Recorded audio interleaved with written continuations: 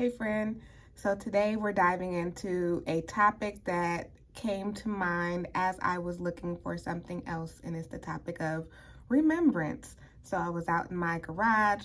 I was looking for actually a book I wrote as a child, but I went into my tote of all the things that I've kind of had since moving into my first apartment, and I found some of my old writings, actually a letter from right before my senior year in 2006, and then some other articles I wrote in college. So I wanted to share a little bit about it because it felt like I was getting some keys to a treasure chest from a past version of myself to make me remember some things about myself that I needed to know today. So let's jump into 2006 to kind of set the stage for you. Again, this was right before my senior year in high school.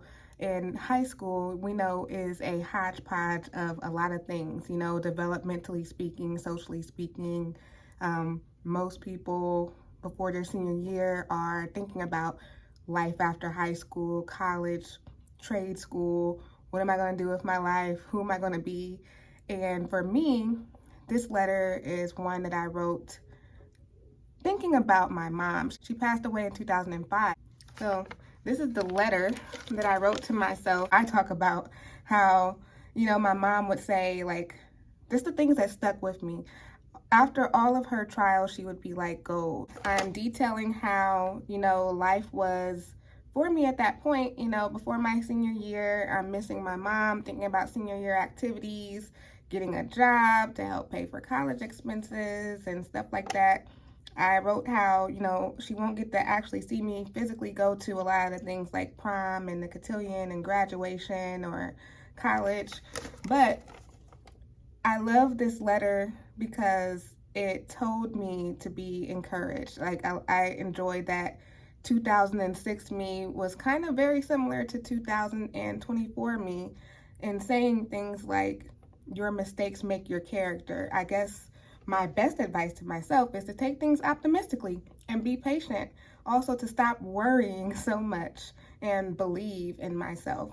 So I love that. It's kind of humbling, and it was like an unexpected reminder of the power of writing and how it's something that I've always leaned on, something I've always enjoyed, and something that helped me to find my way back to myself, just to process things. And then I found, and this one I thought was very timely, just thinking of what's going on in the US anyway. Today is Veterans Day, which last week we were, awaiting the results of the election.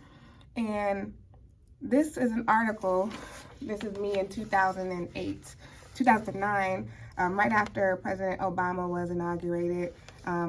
I wrote an article that's entitled "This Woman's Worth," and it was just kind of cool to see that some of my same interests were vivid then, and how I was using writing as a way of making sense of the world, a way of expressing myself. It's like these pieces, that letter from high school as well as this article, were snapshots. I was just starting to really get comfortable in college, on my undergrad journey, learning. I was involved in some extracurricular activities and student campus groups and stuff like that.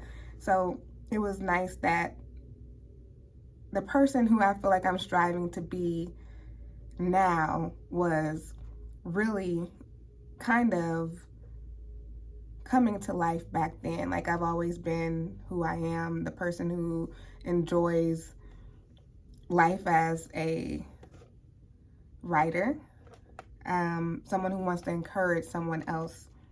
And in looking over this article, I just thought it was amazing how, something that we wrote in the past, maybe with perhaps thinking it would have a different meaning then, it still has various meanings today, and it's encouraging. So this whole experience really got me thinking about how valuable it is to remember who we are, because I feel that there's so many things that happens to us throughout our lives that can distract us from remembering who we are.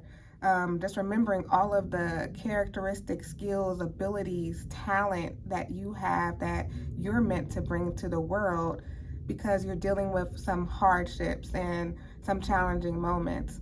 But it's so important to remember who you are. You can get your strength from that, just to identify with different parts of you that taught you something. And I love how I feel like in 2023, journaling became a necessity for me. And it's nice to be reminded that I've always enjoyed writing. Because I don't know if that thought escaped me, but it's warming to know that I'm doing what I'm meant to do. So I want to encourage you all to keep your journals, keep your letters, keep your writings. I'm so thankful that my mom started that trend with me. I have old report cards. I have tons of things to help me to remember who I am. And I'm glad that I stumbled upon that box today while looking for something else. So you never know. Someday, something that you keep, something that made you feel good 10 years ago might be what you need today. And it could be maybe for the parents out there, something similar that you do for your children. It's those gentle reminders, those little notes of inspiration that fuel you forward. Someday they might be the reminder or inspiration that you never knew you needed. As an author, my goal as an author, a writer, a mom, a friend, whatever I'm doing, my goal has always been to inspire others. And sometimes that inspiration comes from the things that we endure in our past, something along our journeys.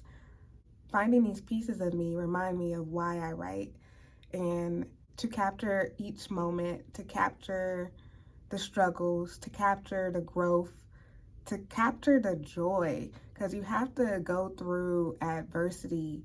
Those challenging moments make your joy. You have greater capacity for joy and for happiness. It teaches you to appreciate so much, and I'm just grateful.